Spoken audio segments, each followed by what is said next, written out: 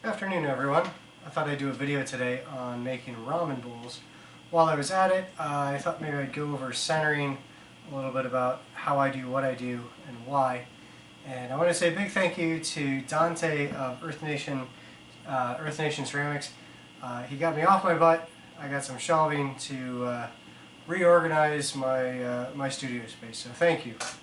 Okay, so I've set up the camera a little differently. Let's see if you can actually see what I'm doing or not. 20 ounces of clay. This is Laguna B clay. Like I said, we're going to do a ramen bowl and we're going to go over centering. So smack it down, give it a good smack so it's on the wheel head, or in this case a bat. And the idea is that you want to get the top flat and the sides flat. So however you want to do that. Some people do the karate chop and then push in on the sides, but you're going to be moving a lot of mass. The other option is get rid of the top altogether. That's what we call coning up, because as you cone up, you're actually going to get rid of that flat top. And as you go back down, you're going to push it forward and down using the meaty part of your thumb to make a flat top as you're going. So let's start with kind of the chop method. So you're pushing in and pushing down at the same time. And 20 ounces of clay I'd usually cone up, so this might be a little tough. Sometimes I'll actually take my two thumbs and kind of make a lever, pushing down as flat as I can, and then the same thing on the other hand. I'll actually put one hand on top of the other and squeeze inward. And that's how you would center down and flat, in and flat. And you're trying to make something that is a perfect cylinder. The more perfect the cylinder, the more centered it is. Now if you're coning up, right, you're making a cone, squeezing in as you're coning up, you're basically making your sides even, your top's gone, right? There is no flat top.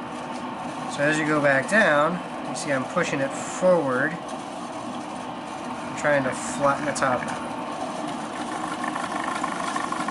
The goal here, of course, is to get a hockey puck or tall cylinder that is flat on top and flat on the sides. Okay, so doing a ramen bowl, I'm going to center it kind of low. I'm going to leave the base pretty thick because I am going to trim these, as much as I dislike trimming. Breaking in. I'm going to leave it just about a pinky's width from the bottom, so that's a good ½ inch. Pull out the base just for where I want a flat bit of the bowl. Flatten out the center. And go over the bottoms there a little bit, especially if you're going to have a thicker base where you're going to trim.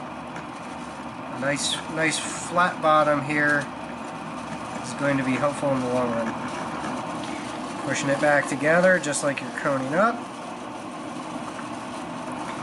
Now you got kind of a hollow cone or a volcano.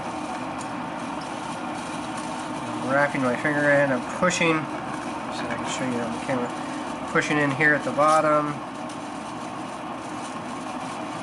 Kind of a halfway lift.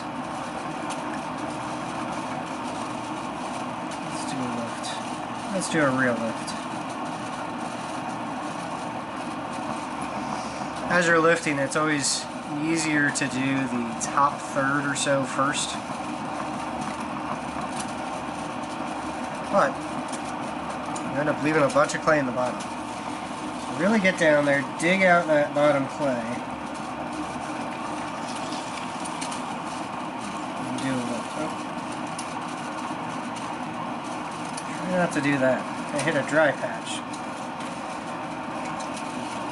Mostly because my wheel's going too fast.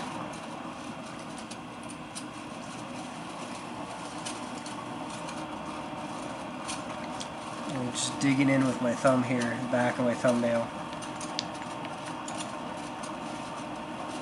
Try to even this up a little. So I am doing a bowl. Really, I'm going up and not out first.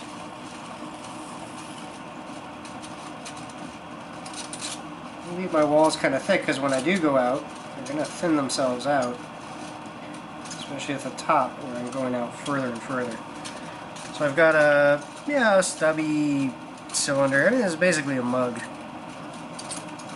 Thick mug. An ugly mug like mine. And now we're just doing kind of a lift. We're taking a little bit of clay from the bottom, but now we're mostly just pulling out. Make the bowl form. I like my ramen bowls round. Some people like theirs very angular.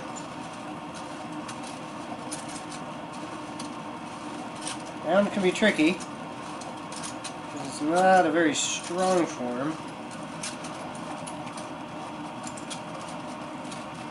And it's hard to water a ramen bowl on the outside, any bowl on the outside, once you've started throwing, because the water just wants to fall off before it gets to the bottom. So throwing with a sponge on a bowl, not the end of the world.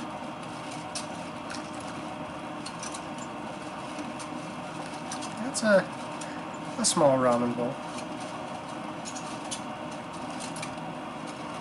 You can also carve this to be a knitting bowl. Maybe make it a little bit bigger, but this would hold a nice ball of yarn.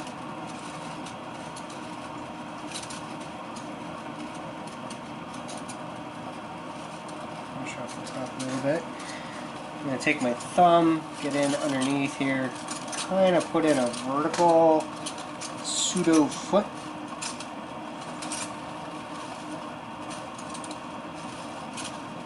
Again, I got a real thick base here, so after this one I'm going to move the camera and I'm going to do this, sped up. So as always, if you've got questions, comments, feel free to leave them down at the bottom. Or whatever site you may have found this video on, comment there.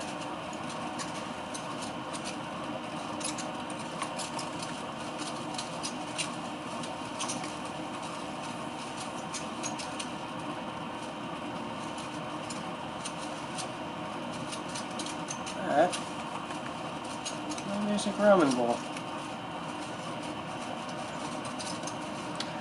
One more item actually, before I let you off the hook. This little guy. Measuring tool, right? Everybody has their own way of doing it. Calipers, or setting up a pin at a height and a depth. Actually, use my other one. That one's broken. I like this version because it's very adjustable. I don't run into it when I'm throwing. Whereas if I set a pin up here, I'll run into it and often I will ruin whatever I'm working on. I'm going to have to make a new one of these here soon, I think. So I'm locating this at the center of the bowl and this at the edge of the bowl. It will help me get consistent if I'm going to throw multiples. Admittedly, I don't like to throw multiples because I'm not very consistent. But I need to get better at that. So, don't do that either. Be mindful where your bowl is.